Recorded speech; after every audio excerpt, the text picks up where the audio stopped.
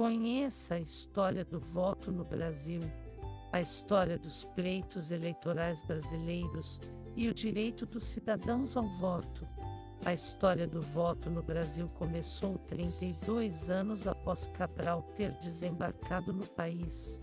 Foi no dia 23 de janeiro de 1532 que os moradores da primeira vila fundada na colônia portuguesa, São Vicente, em São Paulo, que foram às urnas para eleger o Conselho Municipal. A votação foi indireta, o povo elegeu 6 representantes, que, em seguida, escolheu os oficiais do Conselho.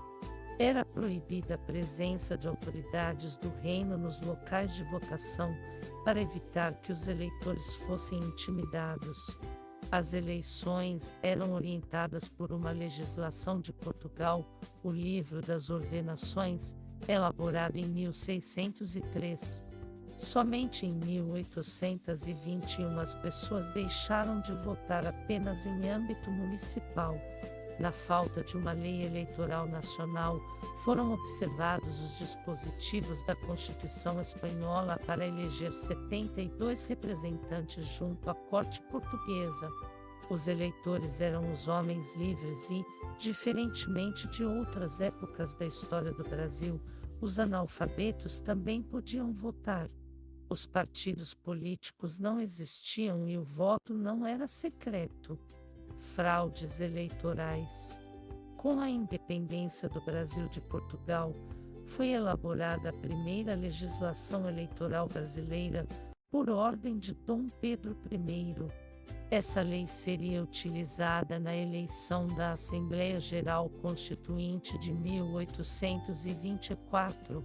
Os períodos colonial e imperial foram marcados pelo chamado voto censitário e por episódios frequentes de fraudes eleitorais. Havia, por exemplo, o voto por procuração, no qual o eleitor transferia seu direito de voto para outra pessoa. Também não existia título de eleitor e as pessoas eram identificadas pelos integrantes da mesa apuradora e por testemunhas. Assim, as votações contabilizavam nomes de pessoas mortas, crianças e moradores de outros municípios. Somente em 1842 foi proibido o voto por procuração. Em 1855, o voto distrital também foi vetado, mas essa lei acabou revogada diante da reação negativa da classe política. Outra lei estabeleceu que as autoridades deveriam deixar seus cargos 6 meses antes do pleito e que deveriam ser eleitos 3 deputados por distrito eleitoral. Título sem foto.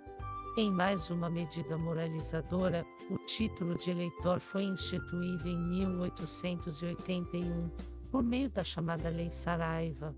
Mas o novo documento não adiantou muito. Os casos de fraude continuaram a acontecer porque o título não possuía a foto do eleitor. A juíza do Tribunal Regional Eleitoral do Distrito Federal, Ana Maria Amarante, afirma que, mesmo com esses problemas, é interessante perceber que já naquela época havia consciência da importância do voto. As leis já refletiam a preocupação de que realmente se apurasse a vontade daqueles poucos que integravam o universo dos eleitores. Mas, sem dúvida alguma, era um processo eleitoral direcionado, que não revelava um nível sequer razoável de exercício de democracia, afirma. Depois da proclamação da República, em 1889, o voto ainda não era direito de todos. Menores de 21 anos, mulheres, analfabetos, mendigos, soldados rasos, indígenas e integrantes do clero estavam terminantemente impedidos de votar. 2 governadores eleitos. O voto direto para presidente e vice-presidente apareceu pela primeira vez na Constituição Republicana de 1891. Prudente de Moraes foi o primeiro a ser eleito dessa forma. Foi após esse período que se instalou a chamada política do café com leite, em que o governo era ocupado alternadamente por representantes de São Paulo e Minas Gerais. O período da República Velha, que vai do final do Império até a Revolução de 1930, foi marcado por eleições ilegítimas. As fraudes e o voto de cabresto eram muito comuns, com os detentores do poder econômico e político manipulando os resultados das urnas. Em uma eleição desse período, ocorrida no Rio de Janeiro, tantos eleitores votaram 2 vezes que foi preciso empossar 2 governadores e 2 assembleias legislativas. Para o cientista político Jairo Nicolau, autor de um livro sobre a história do voto, a República representou um retrocesso em relação ao Império, em razão da prática do voto de cabresto. As eleições deixaram de ter relevância para a população, eram simplesmente uma forma de legitimar as elites políticas estaduais. Elas passaram a ser fraudadas descaradamente, de uma maneira muito mais intensa do que no Império. Dessa época vêm as famosas eleições a bico de pena.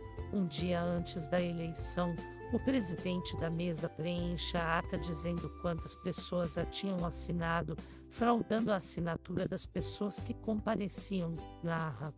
Saiba mais sobre a história do voto. O direito ao voto excluiu e incluiu parcelas diferentes da população ao longo da história. Nas primeiras eleições, apenas homens livres com mais de 25 anos podiam ir às urnas. O poder econômico também foi, ao longo de décadas, fator limitante do direito de votar. Somente na década de 1930 foi reconhecido o direito das mulheres ao voto e dos jovens a partir dos 18 anos. O direito do voto a partir dos 16 anos e o direito do preso provisório de ir às urnas foram assegurados somente com o advento da Constituição Cidadã de 1988. Assim temos, na década de 1930, surgem os votos secreto e feminino. Nos anos 1960 e 1970, ditadura e bipartidarismo. Já na década de 1980, ocorreram as diretas já. Nos anos de 1990, avanços no sistema eleitoral. A partir dos anos 2000 temos a tecnologia avançada nas eleições, mas ainda com falta de reforma política. Por fim, nas eleições de 2020, principalmente, apareceu o apelo de alguns políticos e parte considerável da população pelo voto impresso nas urnas eletrônicas, ou seja, o voto auditável. Também ocorreram grandes protestos questionando o pleito eleitoral e desconfiança nas urnas eletrônicas. Todavia, nada foi devidamente comprovado. Fonte: Agência Câmara dos Deputados Federais Brasileiros.